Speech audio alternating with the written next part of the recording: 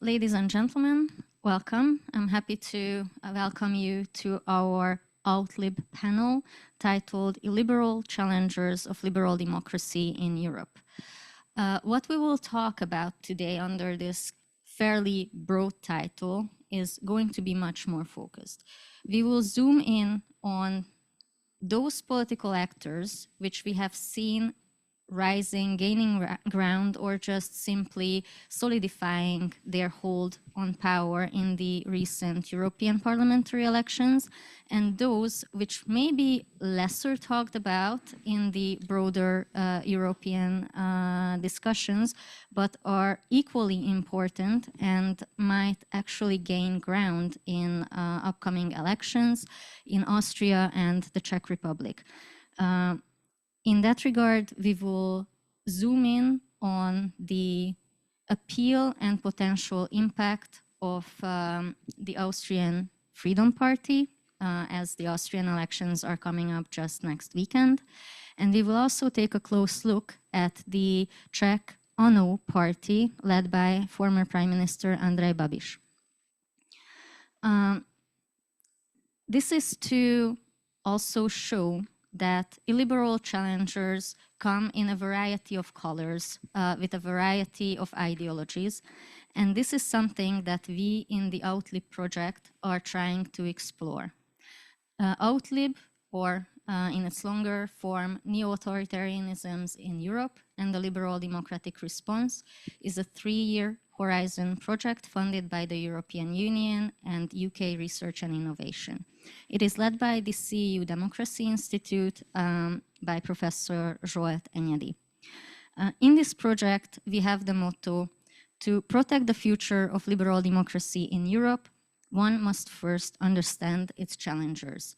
And this is precisely what we are trying to do here, taking at closer looks on national level developments as well as on the European level. To do so, we have 3 excellent speakers joining us today who will help us make sense of this variety and its potential impact. We have with us here in person at the CEU campus in Budapest, Marlene Wind, who is a Danish political scientist specializing on the interlinkages of law and politics in Europe. She's a professor of political science at the University of Copenhagen and the director of the Center for European Policy. Online, we have with us Laurenz Ennser-Jedenastik, professor of Austrian politics at the University of Vienna, who has been specializing on parties, elites, and welfare state and social policy in the Austrian context. And we also have with us Petra Gasti, who is an associate professor at Charles University, focusing mainly on democracy and participation and inclusiveness in representative democracies. I also have to say that today's discussion is recorded and is going to be shared online after the Budapest Forum, which is hosting our panel discussion today. So without further ado, I would pose my first question to Marlene to give us a little bit of a context about the European scene. In the recent European parliamentary elections, we have seen a variety of populist Eurosceptic political forces gaining ground, and although they have not really managed a breakthrough in the European Parliament, but we do see at least the stabilization of a strong far right in the EP. In many cases, actually, these parties are in government by now, so they are becoming increasingly normalized. Yet we also see radical left forces rising in Europe. The recent elections, state elections in Germany, in Saxony and Thuringia are also a case in point. So my question to you would be, is it just the same old? Do we see the same old actors now rising for some reason? And if so, what is their appeal? Or is there something qualitatively different about the illiberals of today? in the European context. Thank you very much, Susanna. Thanks for everyone to be here and for inviting me to Budapest again. It's such a pleasure to be here. I think you are right in saying that that's the narrative in Europe right now, that the center held at the European elections. But unfortunately, as I see it, at least, this is not enough. This is not enough to give us any kind of comfort, because as we have seen recently in Germany, the extreme right, but also the extreme left in Saxony and Thüringen have shocked the entire establishment of politics in Germany to such a degree that my prediction will be that due to this internal rise of the extreme right and the extreme populist left, we will for the next year in Europe see a complete paralyzed European Union. Not only because of what's going on in Germany, but you can clearly see that the German Chancellor always got a nervous breakdown from seeing his own party go down, and also see the coalition that he is heading being discredited in these elections. So even though we are talking about some eastern states that have always alluded to the extremes, this is a very, very dangerous moment right now in German politics.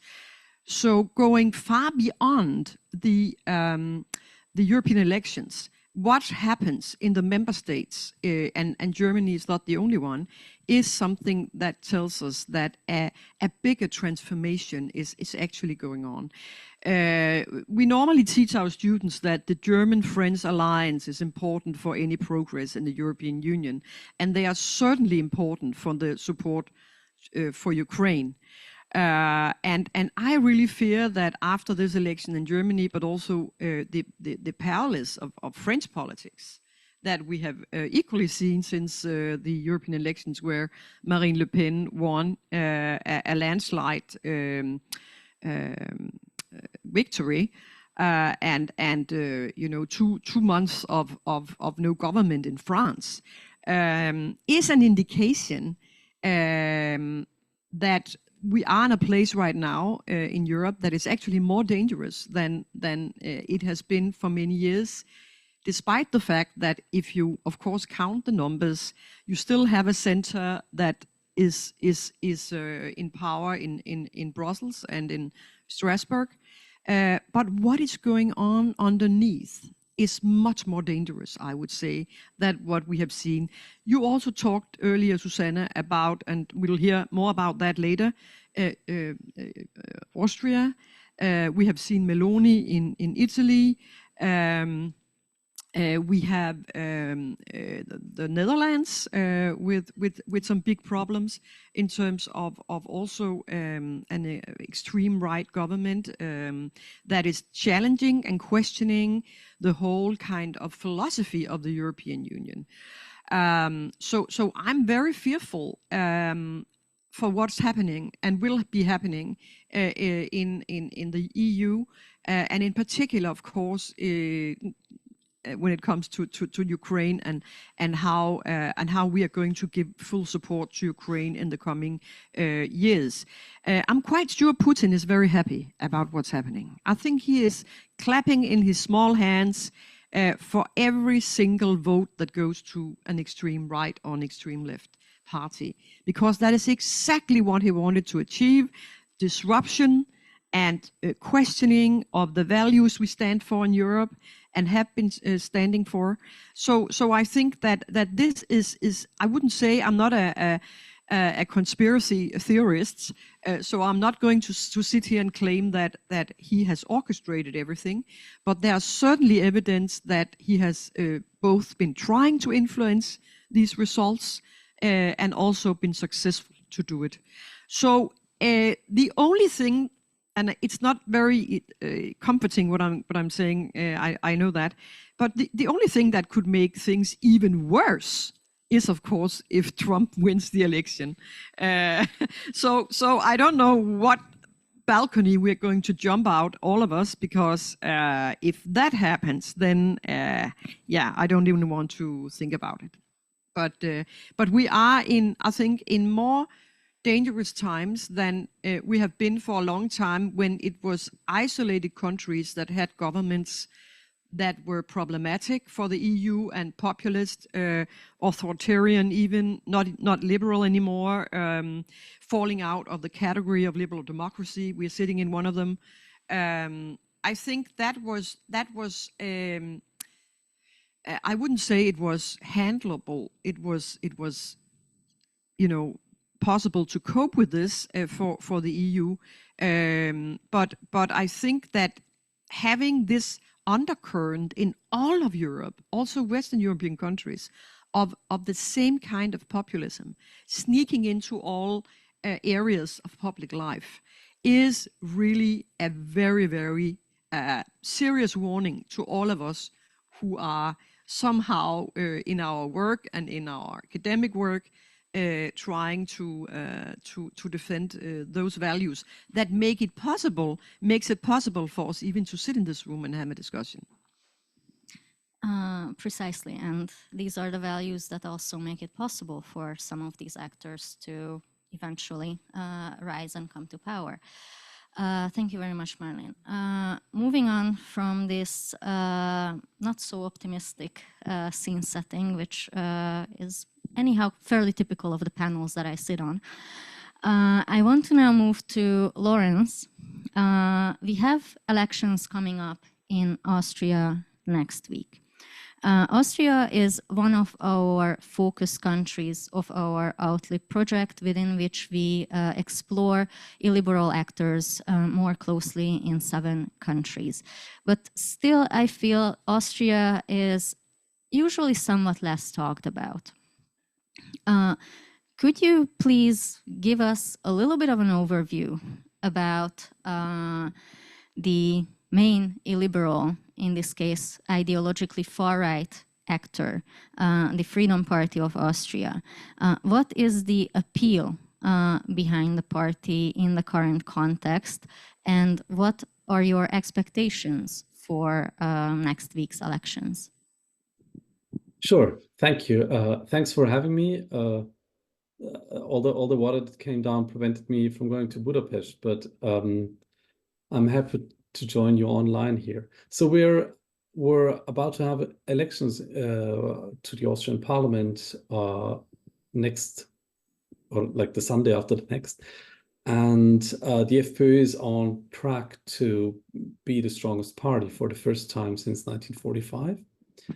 The FPÖ is actually a quite old party, was founded in the 1950s and had like mostly, like for decades was a really like marginal party, but then was basically making a move towards a more populist style of politics and also mobilizing on some like more modern or newer issues like immigration from the 90s onwards, and became extremely successful in that course and has been a member of the Austrian government 4 times so far. And it's possible, not the most likely outcome in my view, but possible that it will also be a part of the next government. So the most relevant issues for FPÖ to mobilize are of course anti-immigrant sentiment. There's also COVID that still lingers in the background. COVID was a very, very polarizing issue in Austria. Austria was one of the only countries in the world that like actually at least passed by law a vaccine mandate, even though it was never implemented and later scrapped. But COVID was really a gift for the FPÖ in terms of mobilizing people that it maybe hadn't previously reached. And it, of course, also was the only party to strongly take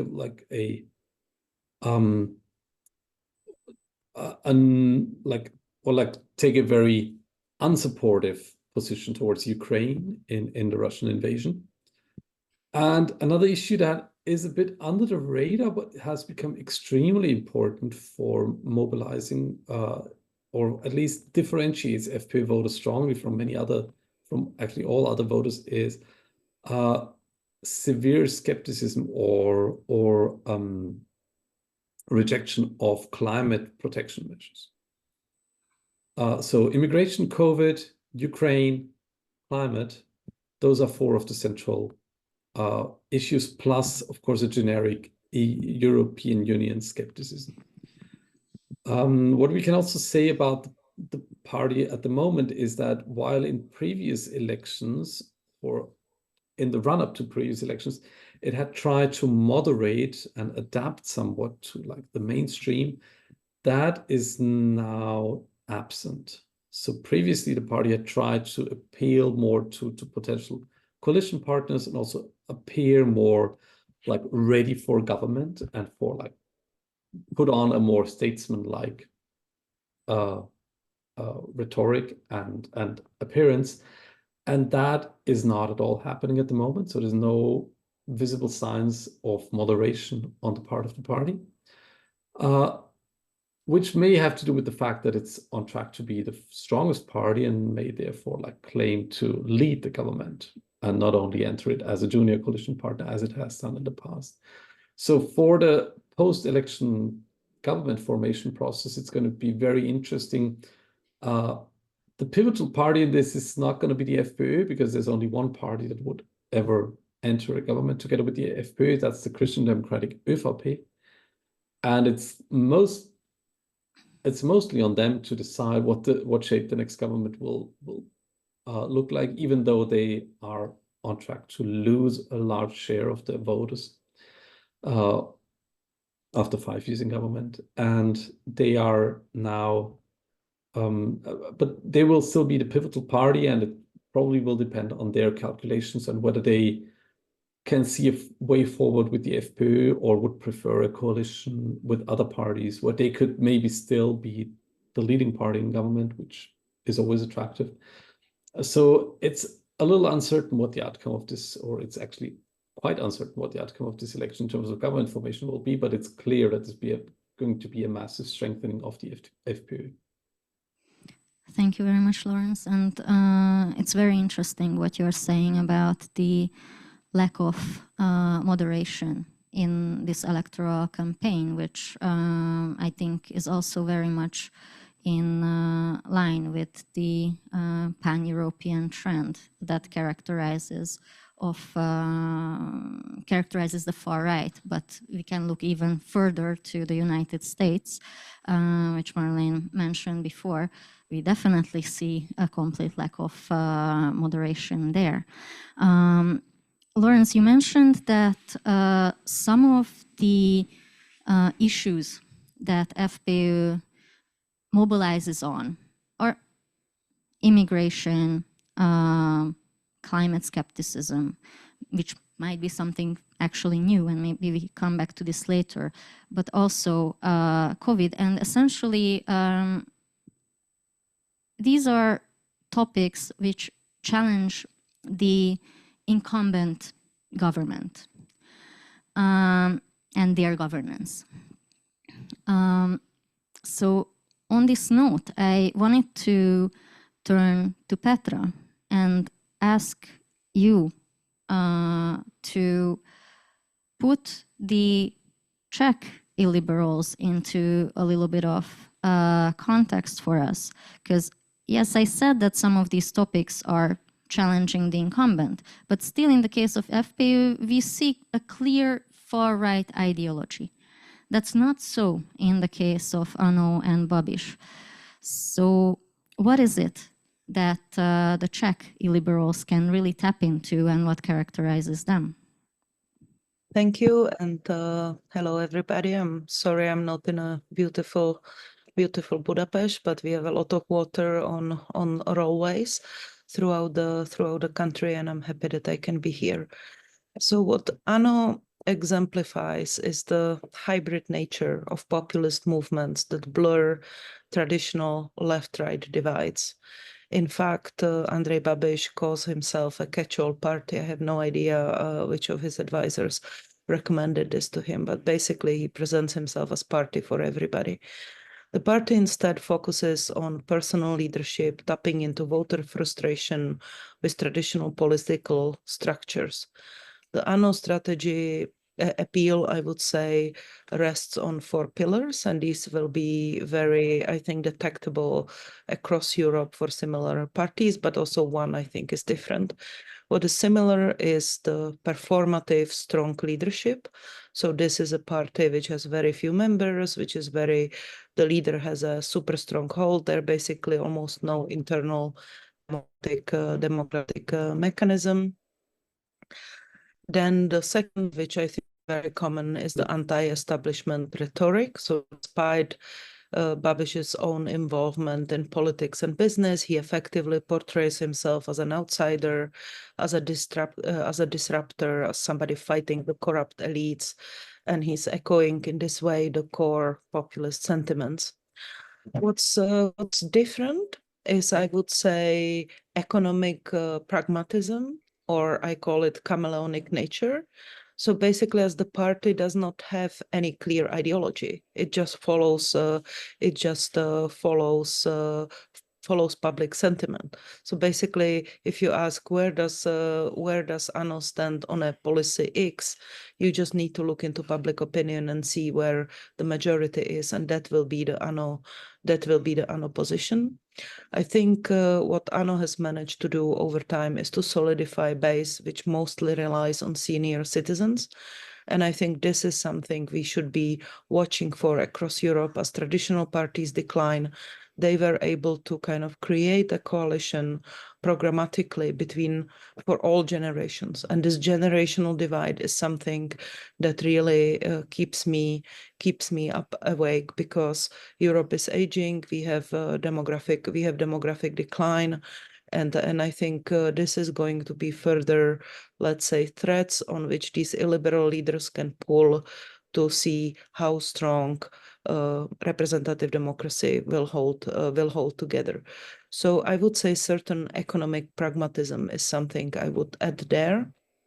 And finally, what I think is also no longer unique to Babiš is this technocracy. So depolitization of politics.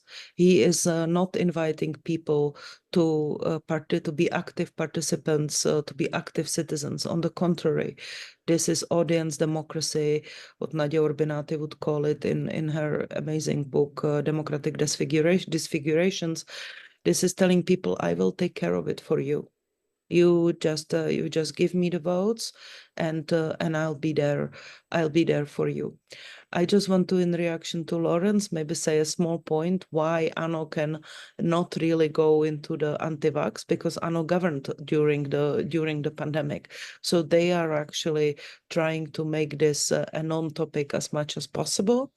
And its biggest challenge, it's ANO's biggest challenge in the next year's parliamentary elections, is actually finding a coalition partner to govern with. And these probably will be, for now, fragmented populist radical right, but we are seeing a certain consolidation, also thanks to their success in the European parliamentary elections.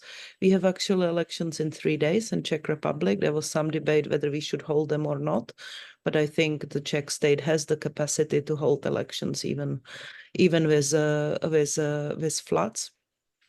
And that's going to be about whether ANO will succeed more in the regional governments, where there was so far a strong cordon sanitaire against its hold on power. We are also seeing a bit of a shift in strategy. And final word, what I would like to say is that these chameleonic policies, I mean, they are not without direction. And we are seeing increasingly, especially on the issue of Ukraine and migration, flirting of ANO with nationalism and nativism. And that can be actually pondering too. So we are actually seeing radicalization of ANO in view of potentially coalescing with successful populist radical right parties.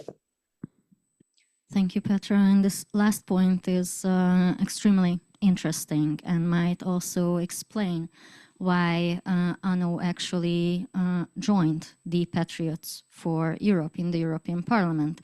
And maybe this is something that we can also return to a little bit later, what is in store for the party later on, whether it needs to adopt a sort of ideology that informs its positions and therefore might reduce its chameleonic nature, or whether that's not necessary.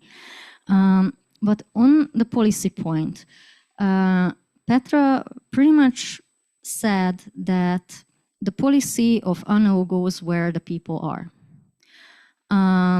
This might be less so in the case of FPÖ, which does have an ideological core. It's a nativist far-right party.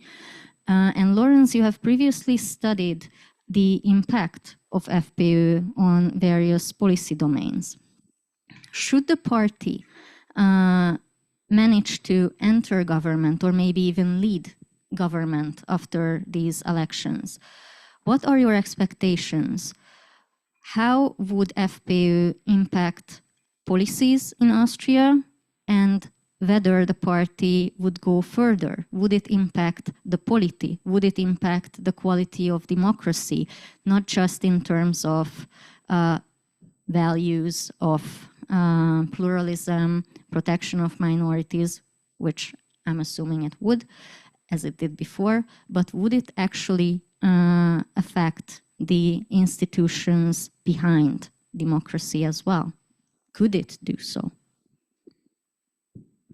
Yeah, that's a very good question. So the areas that I would watch most closely if the FPÖ ended up in government would be asylum policy, of course. That's a given, basically.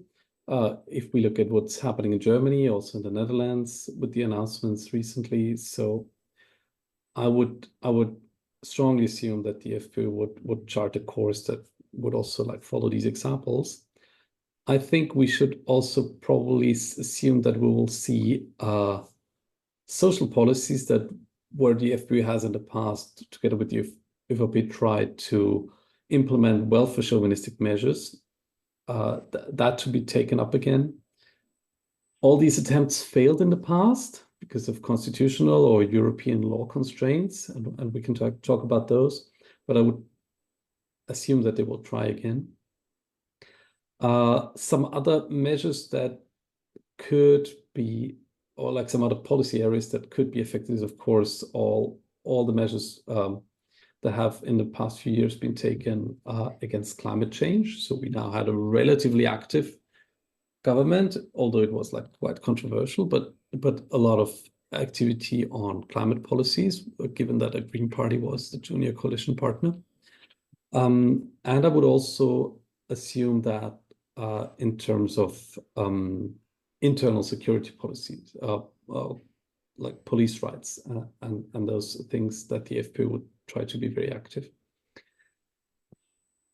I think the FPÖ would also,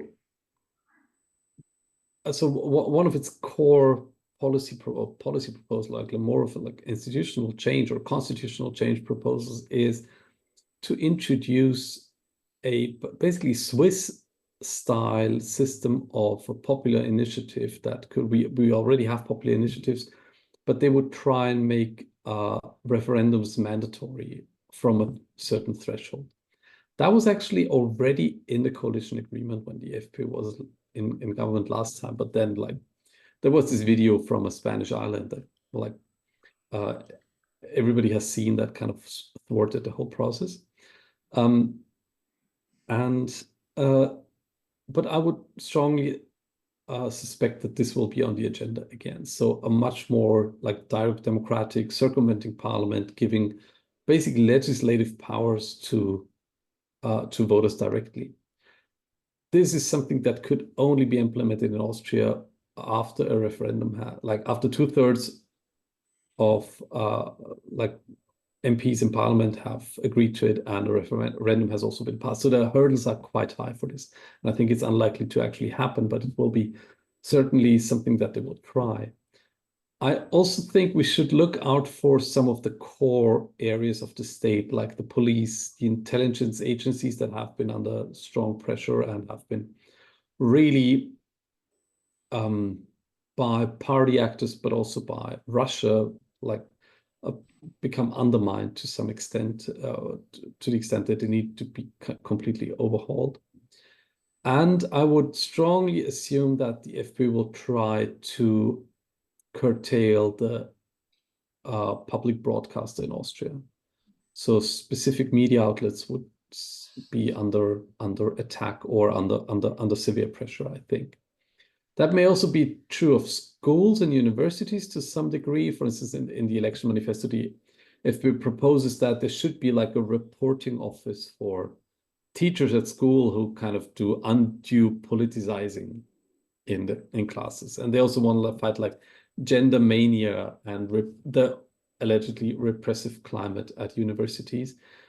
This is somewhat unspecific, but yeah, it's unclear whether there's like any specific policies behind that or whether it's mostly rhetoric at the moment. So I think we have some institutional, we like the FPÖ as it is constituted now definitely envisages a completely different way of running a democracy. So a much more direct democracy based, a much more popular democracy with fewer institutional safeguards, also less power for courts. They have like a chapter in their manifesto that says explicitly we have to curb the power of the European Court of Justice and the European Court of Human Rights so that Austria becomes more sovereign again. And I think even though this becomes difficult to envisage how they will actually do this, I think they will try and go into open confrontation with the European Court of Justice, the European Court of Human Rights. And so I think we could just see a lot of pressure on the judicial constraints that actually safeguard some of the individual rights and minority rights in Austria. So I would strongly assume that they would try and push against these constraints. Thank you very much, Laurenz. It seems that we do have a full menu both in terms of policy and potential institutional changes. One thing that caught my attention, one of the many things that caught my attention in your contribution is this mention of lobbying for referendums and tools of direct democracy. Now, we hear that in the Czech Republic from a similarly far-right actor, SPD, of Tomio Okamura, but not so much from AMO, and would not really fall in line with what you have been mentioning, Petra, about the technocratization of politics, of governance in the case of Babiš. Although elections on the national level are still a bit further off, how do you see AMO's challenge to democracy as such in the Czech Republic? How would it compare to that broad menu that Laurenz just have described in the case of Austria? Yeah, thank you. So I will try to be brief. I would say the challenges are for personalization of power. So I think even if and I will get to SPD after I name this four. So personalization of power, conflict of interest. Andrej Babiš is the largest recipient of EU funds or his companies are, which he claims are not his, whatever. Agrofert is one of the largest recipients of EU subsidies and also national funds. I think also this performative nature of technocratic governance, dissent, and let's say distaste for democratic checks and balances, which are regarded as obstacles to effective governance and are presenting as such, including this year that was a new thing, attack on the constitutional court. I think also erosion of democratic norms. Going back to before I compare them, like what is the difference between populist radical right and maybe ANO. I mean, the comparison would be ANO's ideological flexibility versus populist radical right, exclusionary nationalism, institutional subversion in the hands of ANO, more than overt authoritarianism, which Laurenz has painted a terrifying picture of, corruption and ideology and oligarchy against ideological extremism of the populist radical right. I also think that actually when you Zsuzsa mentioned patriots, the patriots, I think it's two things are interesting: who joined and who was preventing from joining. And this is part of a two-level game par excellence. It's a domestic play. So for a long time, SPD of Tomio Okamura, populist radical right, has fancied itself as a potential partner, but he is not the desired partner. There are others. There are more new elements on the populist radical right, which are for now fragmented, but there are actually efforts as we speak by the former president Miloš Zeman to unify, and Václav Klaus. So two former presidents are joining power to kind of bring these elements together as a potential junior partner for Babiš. And what they are hoping for, and I think they have been succeeding so far, if I look at the preferences, is to basically cannibalize SPD with offering similar policy agenda, but by different subjects, and those would be the coalition partners for Babiš. So I think here we are seeing also what actually can prevent it. Coalition politics. I mean, this is not just about governance. When we speak about governance in our countries, it's coalition governments, and in coalitions you need consensus. And I think any coalition partner Andrej Babiš ever had paid a very dear price of being cannibalized. And actually Tomio Okamura never even became it, and he skipped the part of being a partner to just being cannibalized, which is ongoing. So I thought that is interesting. And finally, I would just like to say, I mean, this is something we are seeing, and where I see a big difference between populist radical right and this technocratic offer of ANO. It's a different form of politics, while the, let's say, populist radical right is trying to subvert the protection of minorities. This is what all the policies Laurenz has mentioned have in common, is actually that they're minority protections. And so this is at the heart of representative liberal democracy, is that the majority rules, but minority is protected. And by direct democracy, it's just dismantling another form. So every of this policy is just weakening minority protection in the name of majority rule. This is not what Andrej Babiš is offering. He's offering he will govern for everybody. He's even asking offering parties to, like, just bring me your points. I will implement them. Bring me your policies, but I will be the one who will implement them. And I think this is a very dangerous form of politics that just creates state as a firm. Thank you very much, Petra. As I'm listening to you, I cannot help but think that some of the, let's call it, instruments of capturing power really resonate with what we have been observing also in Hungary, except in the case of Hungary, in the case of Fidesz, we do have also the additional layer of ideology. But the tactics, the instruments are very, very similar. And I would follow up along these lines with a question towards Marlene, and knowing that you are also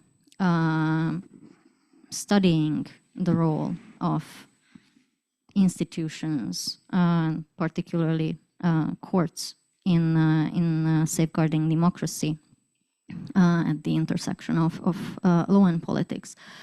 How do you see this new wave of illiberals tackling that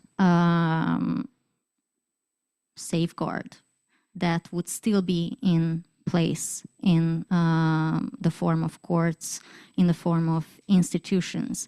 Is their challenge, again, what I previously was also hinting at, somehow fundamentally different? And what fuels their success actually in this regard? Because they do seem to be successful with their fundamentally majoritarian ideas. Well, thank you very much, Susanna. I think if I can just comment on some of the stuff that has been said. I think that sometimes those of us who are academics and look at these movements, we have a tendency perhaps to botanize. I don't know if that's the right word in English, but you get too many details, and then you start focusing on all the differences instead of elevating yourself up in the helicopter and looking down at what's actually going on. Because I actually think there are many more commonalities than there are differences. If you look at the literature on populism, there was a time when everyone said it's the economy, stupid.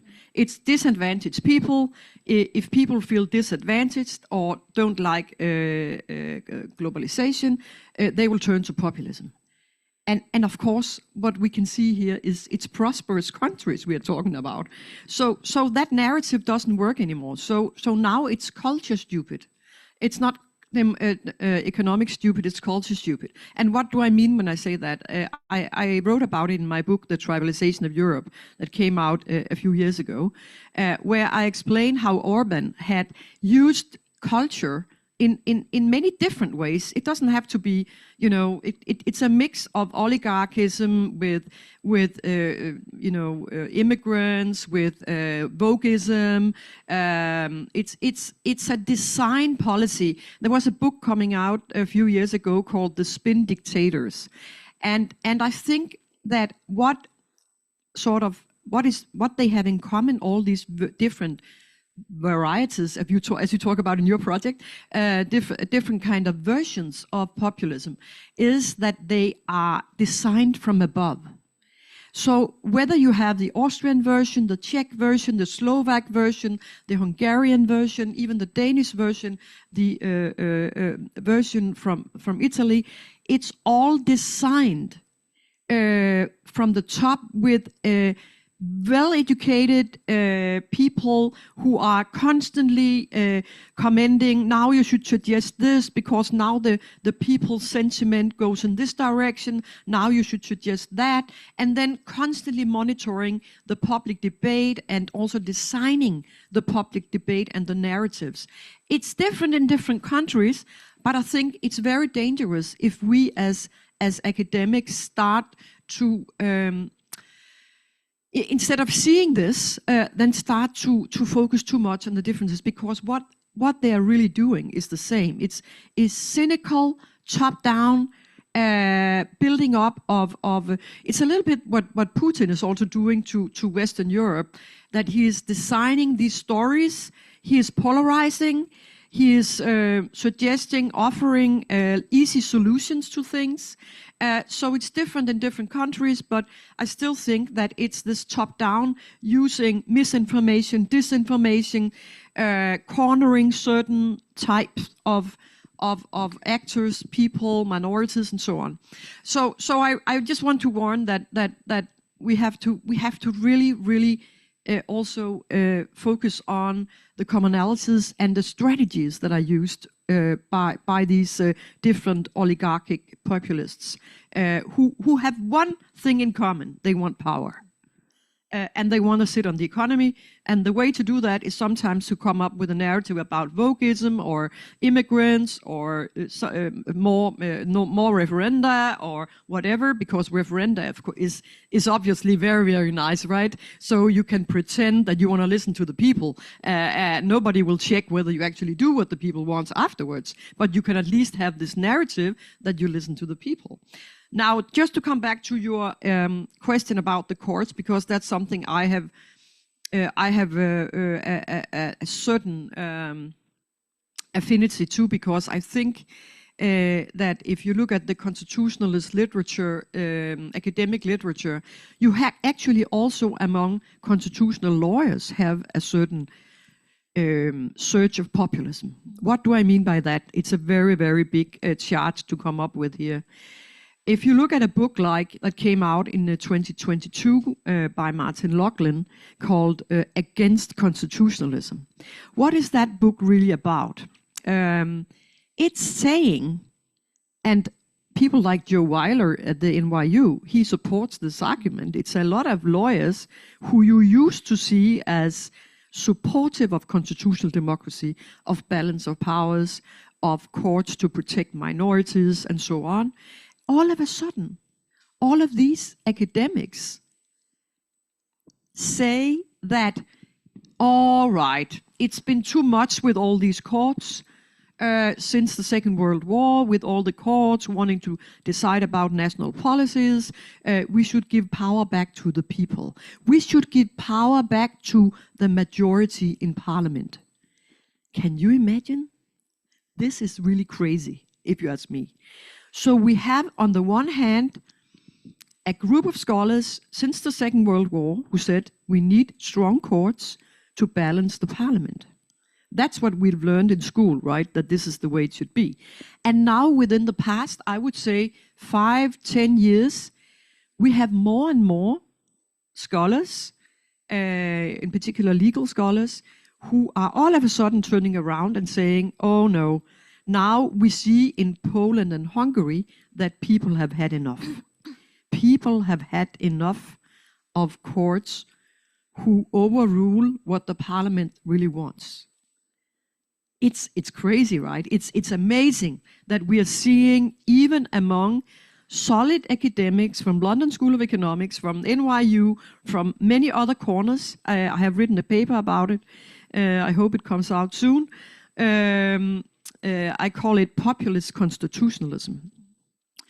And that is on top of everything empirical that is going on in all kinds of directions, and we see the populism everywhere. It's an undercurrent. It's pushing to the establishment as well, because the establishment, look at Germany, now they are imposing border control. They are probably going to do a lot of other initiatives. But on top of all the empirical, we also had this kind of normative argument that it was simply too much to have all these courts decide over the parliament, and now we should go back to the old philosophy of majoritarian democracy, of having the people decide, because in the end the people are the majority is the true representation of the people, and therefore the courts are elitist, they are non-elected, they should not be sitting either at the national level. That's the argument. Neither at the national level should we have too strong constitutional courts and too strong judges, and nor on the EU level and at the, of course, Strasbourg level. So it's not just an empirical, that's my point, it's not just an empirical phenomenon. We are also in the academic Western debate seeing this kind of search of anti-constitutionalisms, constitutional democracy, and sort of a trend going back to majoritarian democracy, where it's the majority who decides. It can either be more referenda, but it can also be the kind of the majority elected for parliament. It doesn't even have to be a majority government. It can just be the majority in parliament should never be overruled by a court outside the parliament saying this is wrong, because if there's a majority behind it, then who is a court, non-elected judges, to say that that is not fine? I mean, actually, you may not believe it, but Scandinavia, where I come from, has always been anti-constitutionalist. We have never had judicial review. We have never had courts stepping down on what the parliament wants. So a lot of politicians in the Scandinavian countries, they are looking out in Europe and saying, wow, they are somehow copying us. But they are not really aware that this is actually a potentially quite populist way of running democracy. In particular, if you look at Second World War and what happened after the Second World War, where the decision was, because of the Holocaust, we need to have a checks and balances. We need to have powerful institutions to keep the majority in check. That never happened in Scandinavia and the UK neither. So in our part of the world, it was always, no, we don't want courts to interfere in what the people wants. And it was a very natural thing that 20 years ago, the Danish People Party in Denmark, which assimilates a lot of what you're talking about in your different countries, they had a huge win. And what happened? Nobody questioned, oh, wow, okay, yeah. So they got very popular. Then it's natural that they didn't come into power, but they became part of the right-wing coalition where they propped up the government. And so there was nobody questioned it because it's been part of the political culture that the majority is always right. And I see tendencies in the constitutional literature these years that there is a going back to this, I would say, pre-war approach to politics, that if that's what people want, then we should not start picking certain elements and saying you're not allowed to have this opinion. You should be allowed to do what you want, because in a democracy, it's not about the rule of law. It's mainly about deciding for yourself what you want. And if that's what a majority wants, then, the judges should stay back and not interfere. So I see some broader tendencies in the world, and it's quite. I think it's quite frightening that we are having this debate right now, that it's not only something happening on the ground in different versions in different countries, but it's also sort of starting to emerge as an academic discussion. Mm-hmm. And no one is really challenging this. It's just happening, and it's even among the most respected legal scholars out there. Thank you very much, Marlene. And it's extremely interesting because we started out with discussing some of our usual suspects, political parties, illiberal political parties challenging liberal democracy, and we are ending on a note of intellectuals actually fueling that very type of challenge, which illiberal parties then very much tap back into. We do see that trend as well.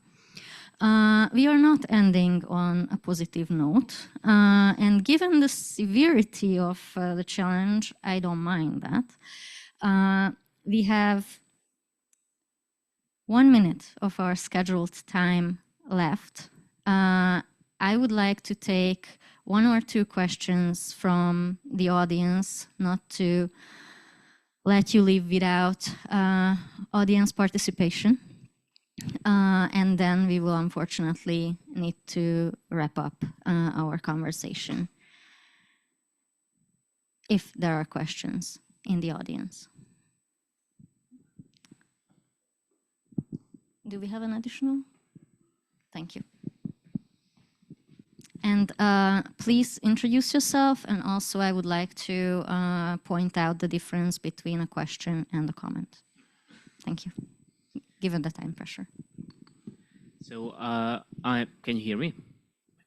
So I am Ben Sabari of CUDI, and I would like to ask a question regarding something that I found really interesting as a comment during the presentations, that is of the generational divide as a factor when it comes to populist mobilization. Because I think, to my knowledge, in certain contexts, this does come up, whether there is like a correlation between usually senior citizenship and related viewpoints and support for authoritarianism. But these are usually, like, let us say, like the context of Czechia and Hungary, but I don't know anything of the Western context, like in this regard, whether it's also a factor there, whether it's like, it has its certain specificities, why, older or actually younger people vote for these parties. So I would like to, invite the speakers to answer to this question. Thank you very much. And if there's anybody else, then I would take 1 more question. Thank you. Okay. Okay, thank you very much. My name is Bálint Mikola. I'm also from the CEU Democracy Institute and a part of the Outlib project, and I especially enjoyed this panel.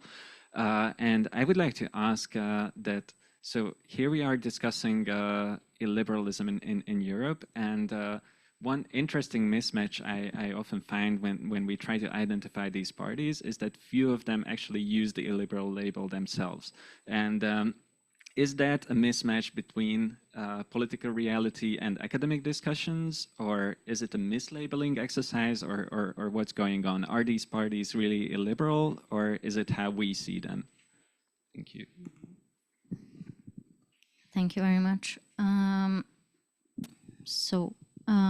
Turning to our panel, who would like to pick up one or the other question? I would maybe start with our online panelists first, if you would like to jump in. Petra. Yeah, thank you. Thank you for the questions. I will say on the generational divide, I think it has to do, I mean, in terms of value orientations, I want to make an important caveat, and that is that in many of these surveys and in many of these analyses, the young people, we stop too early, in my opinion, because being critical of representative democracy does not, for me, mean that you want authoritarianism. So I think that, you know, the way to save democracy is actually more democracy, no less.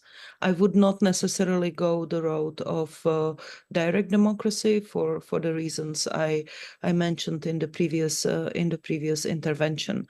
So I think that we are being too strict with the young people. But of course, I think there are worrying trends to watch for. And I think some of the democratic reforms that are more inclusive, such as lowering voting age, this is some of my favorite things to do. We have seen it in Austria. We are seeing it in other countries. And in terms of illiberalism in response to Bálint, I mean, I think Bálint, there will be books written on that. And the answer, as typical for a political scientist, is it depends.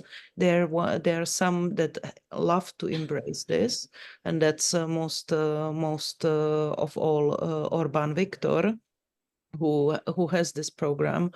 But and some of it is simply our analysis. And if I may, just one small point, I want to echo what Marlene has said, and I think we are living in the times of Carl Schmitt. And I think I would invite the audience to go and reread Carl Schmitt, because a lot of these elements we are seeing, you will see there clearly, and you will know what to look for when you are analyzing politics, because this is an agenda which Carl Schmitt has been pushing in the 30s, and we have seen where it ended and why the courts were necessary safeguard to protect actually all of us, because all of us in a certain aspect of our personality are a minority. And so, yeah, thank you. Thank you very much, Petra. Laurenz, please. Yeah, quite briefly. So the age gradient in voting behavior in Austria doesn't affect the FPÖ so much. All the voters vote more for the two major parties, or the erstwhile major parties, the Social Democrats and the Christian Democrats, more so than younger parties, younger voters. But the FPÖ doesn't have a really strong age gradient in its support profile. With respect to liberalism, the FPÖ, the F in FPÖ stands for freedom, and it's called the Freedom Party of Austria. And it used to be part of the Liberal International until the 1980s. The parties, like, of course, it's a conflicted story. So the party manifesto that I've quoted a few times now has the weird title of Fortress of Liberty, which is kind of a contradiction in itself, but that's sort of their I think that sums it up quite nicely. So I think the party has sort of a liberal tradition, which is now buried and gone mostly, but it would never endorse the illiberal label. it wouldn't also like use the term liberal to describe itself, but it would paint itself as like defenders of freedom and liberty, which of course, well, whatever that means, those liberties and freedoms are of course like limited to a specific set of people and to a specific group in the population. And it indeed does formulate its policies in that way, targeting those freedoms to a very specific group of people. Marlon. Thank you. I was fearing you wouldn't give me the word. Of course I would. In the final word, because I really want to answer this. Actually, I think that the question about the labeling of illiberalism, a very famous, I'm sure you know her, Ennser-Jedenastik, she's very well known here in Hungary. She has done a lot of studies showing that the modern type autocrat, they pretend on the surface to have all the institutions of a liberal democracy. They would never take a court away. They would never take a parliament away. They would never say they didn't have media or civil society. What they do is something different. They pack them with their friends. But on the surface, if you came from another planet, landed in Hungary, you would say, click the box. They have a parliament. Great. Click the box. They have a court. Great, no problem. Click the box. There are people in the street. They don't look afraid. So we have a civil society. And click the box to the media without looking into the substance of what's actually going on. So I think it's very, very important. These labels are not very interesting. What is interesting is what's going on, and how the practices are carried out. And the Franken state was one of the articles she wrote, Kim Ennser-Jedenastik, showing that you can be perfectly, you can look perfectly liberal, but the way, and we've seen the same in Poland during the peace government, but under the surface, it's not. Of course, a real liberal. It's rather illiberal, and that's also, in my opinion, one of the reasons why the EU has been so long about addressing both Poland and Hungary. Fortunately, Poland is on the right track, or we hope so. Right now, we still don't know, but it's on the way. But I think one of the reasons why the European Commission has had such a hard time over the past 10 years. 15 years almost now addressing Orban, is that, on the surface, it all looks right. And according to the treaties, you need to live up to the Copenhagen criteria, you sign up to the Article 2 and so on, but there's no check on the actual material praxis of being a democracy. And that is one of the big problems in Europe, in my opinion, that we have not developed a qualitative.